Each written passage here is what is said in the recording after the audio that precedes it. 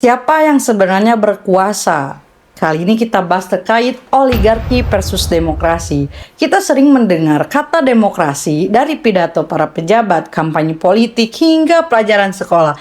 Tapi ketika rakyat masih kesulitan memenuhi kebutuhan dasar, sementara segelintir orang menguasai sumber daya, muncul pertanyaan di kita, apakah kita benar-benar hidup dalam demokrasi atau justru dalam oligarki yang dibungkus demokrasi? Menurut laporan Oxfam 2024, 1% orang terkaya di Indonesia menguasai lebih dari 40% total kekayaan nasional. Sementara Indeks Demokrasi Indonesia 2023 BPS mencatat justru menurun di aspek partisipasi dan kebebasan sipil. Fenomena ini menunjukkan jurangnya antara idealisme demokrasi dan realitas kekuasaan yang semakin terkonsentrasi di tangan segelintir elit. Mari kita bedah dari definisi dasarnya. Demokrasi menurut Abraham Lincoln adalah pemerintahan dari rakyat, oleh rakyat, dan untuk rakyat. Dalam teori Robert Dahl, demokrasi modern harus memenuhi dua syarat utama. Pertama, partisipasi luas warga negara dan kompetisi yang adil di antara kekuatan politik.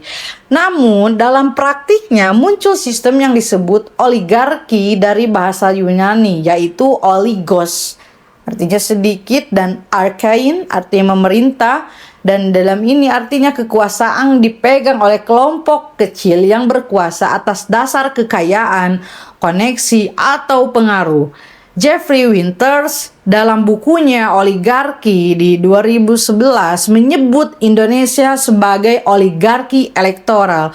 Negara ini punya pemilu, tapi hasilnya sering ditentukan oleh kekuatan uang dan jaringan elit ekonomi. Artinya kita memang memilih, tapi pilihan kita seringkali dikendalikan oleh narasi, logistik, dan kepentingan modal besar. Dari pendanaan kampanye, media massa, sampai kebijakan ekonomi, semua dipengaruhi oleh segelintir orang yang punya kekuatan finansial dan politik. Dalam kondisi seperti ini, demokrasi menjadi prosedural, bukan substansial. Kita punya kebebasan memilih, tapi tidak selalu punya pilihan yang bebas. Lalu bagaimana solusinya? Pertama, kita harus perkuat literasi politik rakyat. Demokrasi tak akan hidup kalau rakyatnya tak paham haknya. Kedua, dorong transparansi dan akuntabilitas politik uang. Undang-undang pemilu dan parpol harus membuka sumber dana secara publik. Ketiga, bangun kekuatan sipil alternatif seperti LSM, gerakan sosial, organisasi pemuda, dan media independen perlu jadi penyimbang arus kekuasaan. Demokrasi sejatinya hanya tumbuh ketika warga sadar bahwa suara mereka bukan alat legitimasi, tapi kekuatan perubahan.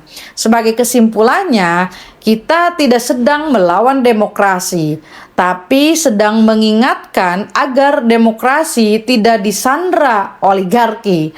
Negara yang sehat bukan hanya pemilu, tapi juga sistem yang memastikan kekuasaan tak terpusat pada segelintir tangan. Sebagaimana kata Alexis de Tocqueville mengatakan, demokrasi akan mati bukan karena kekerasan, tapi karena rakyatnya berhenti peduli. Jadi kalau hari ini kita ingin demokrasi yang hidup, kita harus berani bicara kritis dan tidak apatis terhadap kebijakan publik. Karena oligarki bertahan bukan karena kuat, tapi karena kita sebagai rakyatnya diam.